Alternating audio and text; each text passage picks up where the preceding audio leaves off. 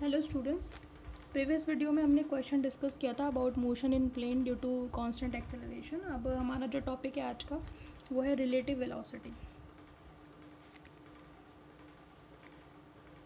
इन two dimension.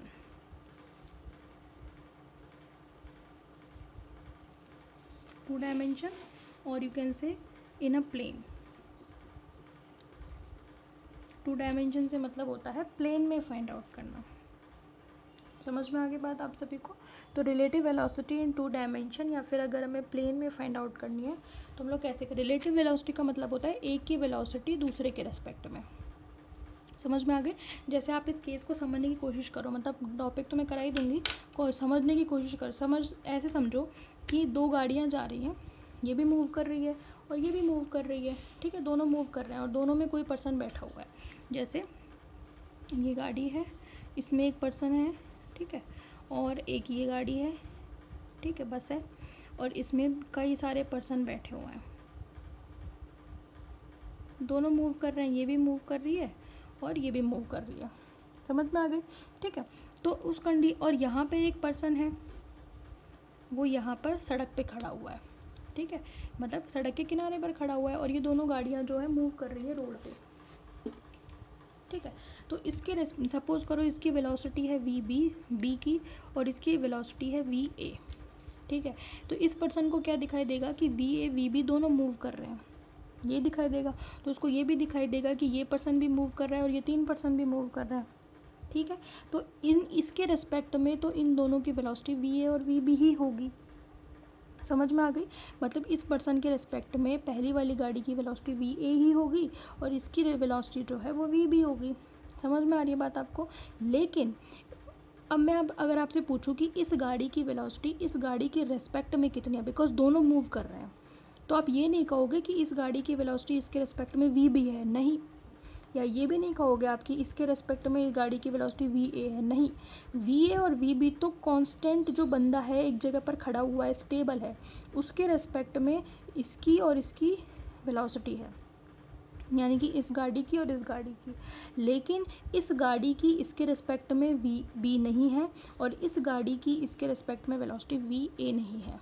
समझ में आ गई? तो वहाँ हम कौन सा कॉन्सेप्ट काम में लेते हैं? रिलेटिव वेलोसिटी का, यानी कि सापेक्ष गति।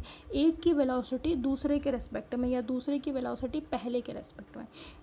अगर आपको कोई बोले कि इसकी वेलोसिटी इसके रेस्पेक्ट में कितनी होगी, तो वो आएगी VB माइनस VA, और इसकी वेलोसिटी इसके रेस्पेक्ट में कितनी होगी? VA minus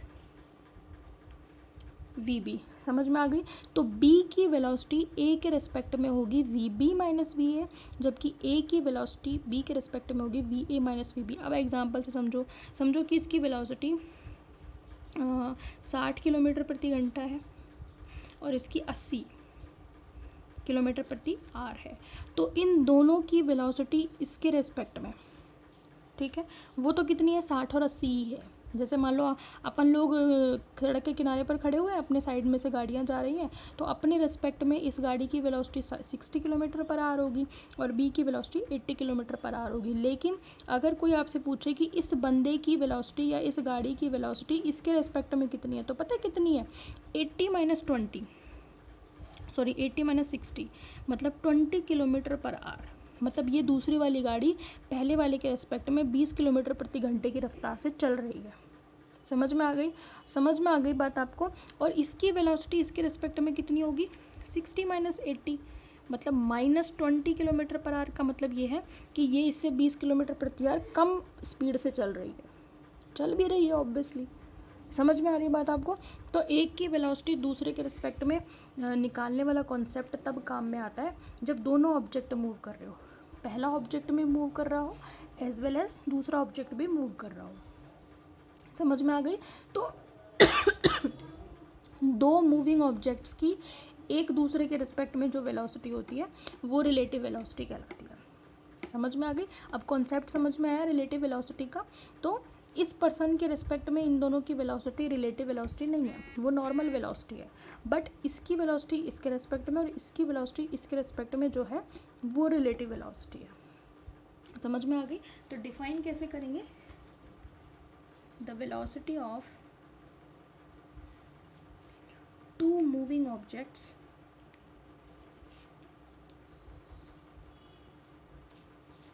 two moving objects with respect to each other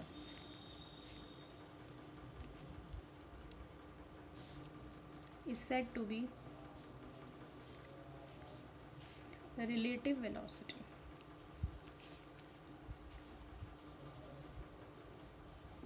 समझ में आ गई बात। और वेलोसिटी एक प्लेन में हो रही है, ठीक है, एक 2 डायमेंशन में ही तो हो रही है, ठीक है। तो एक की वेलोसिटी दूसरे के रिस्पेक्ट में जो है that is called relative velocity, ठीक है। Suppose two objects capital A and capital B are moving with VA and VB velocities respectively.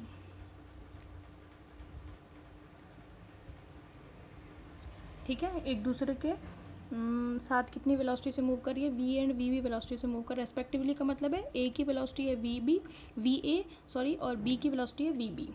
समझ में आ गई बात आपको, ठीक है। Then velocity of A with respect to B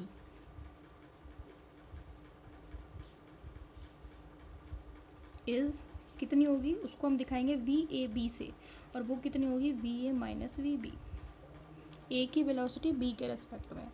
इसी तरीके से similarly velocity of B with respect to A कितनी होगी, उसको हम दिखाएंगे वी बी ए से शो करेंगे, और वो कितनी होगी V B minus V A. बात समझ में आ गई। तो ये दोनों इंपॉर्टेंट है, कॉन्सेप्ट भी समझ में आना चाहिए, फॉर्मूला भी समझ में आ जाना चाहिए, और वो तो अपने आप ही आ जाएगा अगर आपको कॉन्सेप्ट क्लियर है तो इस पर्सन के रेस्पेक्ट में इन दोनों की वेलोसिटी तो वी ए और वी बी है, लेकिन इसके रेस्पेक्ट में इसकी वेलोसिटी है V B minus V A, और इसके रेस्पेक्ट में इसकी वेलोसिटी है V A minus V B. समझ में आ गई। ये आपको 60 और 80 वाले एग्जाम्पल से समझ में आ गया होगा। तो ये वाली गाड़ी जो है वो इसके रेस्पेक्ट में 20 किलोमीटर प्रति घंटे की रफ्तार से चल रही है, ना कि 80 से। 80 चल रही है वो इसके रेस्पेक्ट में। समझ में आ गई बात आपको। तो रेस्पेक्टिव वेलोसिटीज़ को थोड़ा सा ध्यान से समझा करो आप, ठीक है, ठीक है। तो ये आपकी इक्वेशन 1 हो गई, इक्वेशन 2 हो गई। तो हम कह सकते हैं देयरफॉर बाय इक्वेशन 1 एंड 2 हम कह सकते हैं ना कि V A B is equals to, इनके ऊपर वेक्टर है भैया ना, माइनस वी बी ए है कि नहीं। वी ए बी कितना है, V A minus V B ही तो है। अगर मैं इसमें से माइनस कॉमन ले लूँ तो माइनस बाहर आ जाएगा, V A minus V B बन जाएगा, और V A minus V B क्या है, वी ए बी तो है। तो इक्वेशन 1 में जो वेलोसिटी और इक्वेशन 2 में जो वेलोसिटी है वो डायरेक्शन में एक दूसरे के अपोजिट है। जैसे यहाँ पे देखो, मतलब वी ए और वी बी, मैंने कहा ना ये 20 से चल रहा है, ये माइनस 20 से चल रहा है, मतलब ये 20 किलोमीटर प्रति घंटा कम वेलोसिटी से चल रहा है। बात समझ में आ रही है। इसका मतलब ये नहीं है, ये मैग्नीट्यूड में तो दोनों इक्वल ही है, मैग्नीट्यूड में तो ये भी इसके रेस्पेक्ट में 20 से चल रहा है और ये भी इसके रेस्पेक्ट में 20 से ही चल रहा है, दोनों ही 20-20 से चल रहे हैं, रेस्पेक्टिव वेलोसिटी तो 20 ही है, लेकिन माइनस का फ़र्क है। तो वी ए बी जो है that will equals to minus V B A, but magnitude तो इक्वल है, यानी कि वी ए बी का जो मैग्नीट्यूड है that is equals to V B A, ठीक है। ये मॉडुलस किसको बताता है, मैग्नीट्यूड को बताता है, आपको पहले से पता है, ठीक है। चलें अब इस पर एक क्वेश्चन करते हैं, कंसेप्ट समझ में आ गया होगा, एक की वेलोसिटी दूसरे के रिस्पेक्ट में कैसे फाइंड करते हैं, ठीक है। क्वेश्चन देखें, क्वेश्चन है रेन इज़ फॉलिंग वर्टिकली, ध्यान से सुनना, rain is falling vertically with the speed of 35 metre per second, ठीक है। तो रेन जो है वो कैसे गिरती है, ऊपर से नीचे गिरती है। तो हमने सपोज कर लिया कि पानी की जो बूंदें हैं वो नीचे गिर रही हैं, कितने वेलोसिटी से मूव कर रही हैं, गिर रही हैं वो पानी कितनी वेलोसिटी से मूव कर रहा है, 35 मीटर पर सेकेंड, इतनी वेलोसिटी से पानी नीचे गिर रहा है। Rain is falling vertically with the speed of 35 metre per second. A woman rides a bicycle with the speed of 12 metre per second in east to west direction. ये वाली direction east हो, आपको पता है ना ये ईस्ट है ये वेस्ट है, ये नॉर्थ है, ये साउथ है, ठीक है। तो वुमेन क्या कर रही है, अगर यहाँ से चलना, अगर हम यहाँ से यहाँ पे हैं, यहाँ से शुरू कर रहे हैं, तो रेन तो इस डायरेक्शन में फॉल कर रही है, और जो लेडी है वो कहाँ से कहाँ जा रही है, ऐसे मूव कर रही है, ऐसे तो मूव कर रही है। तो ये तो हो गई रेन की वेलोसिटी, और ये हो गई बाईसाइकिल की वेलोसिटी, ठीक है। तो जो वुमन है वो अपनी साइकिल चला रही है यहाँ पर, ये 35 मीटर पर सेकेंड से चल रहा है, बारिश तो 35 से चल रही है, और साइकिल चल रही है 12 मीटर पर सेकेंड की वेलोसिटी से। तो this is the velocity of rain VR, and this is velocity of bicycle VB, ठीक है। आगे उसने कहा है what is the direction in which she should hold her umbrella, मतलब उसके हाथ में एक अम्ब्रेला है, तो वो बता रहा है, वो कह रहा है कि बारिश तो ऊपर से नीचे जा रही है, मतलब एक तरीके से नॉर्थ टू साउथ मूव कर रही है, एंड जो वुमन है वो साइकिल पर जा रही है ईस्ट टू वेस्ट डायरेक्शन में। तो आपको बताना है कि उसके हाथ में जो उसको अपना अम्ब्रेला किस डायरेक्शन में पकड़ना चाहिए, ठीक है, ताकि वो भीगने से बच सके।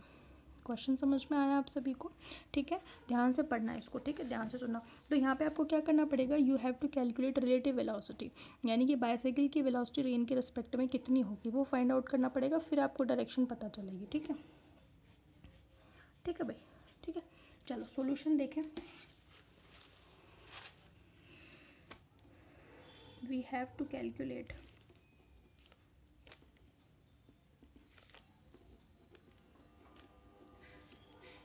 the relative velocity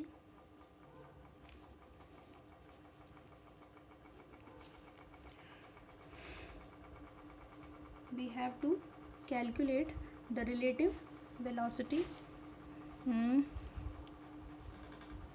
of rain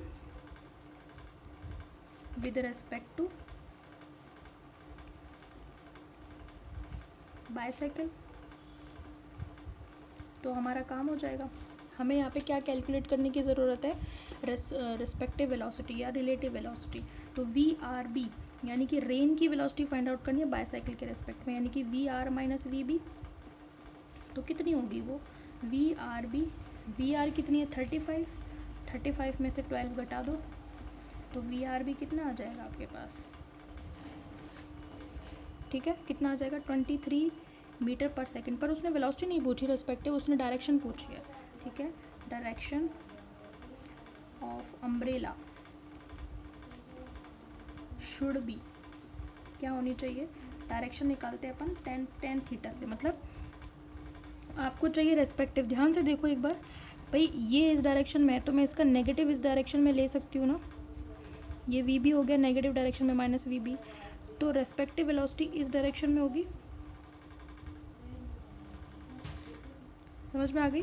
तो ये हो गई VRB, रेस्पेक्टिव वेलोसिटी समझ में आई। This is the relative velocity. भाई अगर ये एक वेक्टर है तो उसका अपोजिट वेक्टर उसके अपोजिट डायरेक्शन में ऐसे तो निकलेगा, और ये आ गई रिलेटिव वेलोसिटी, समझ में आ गई।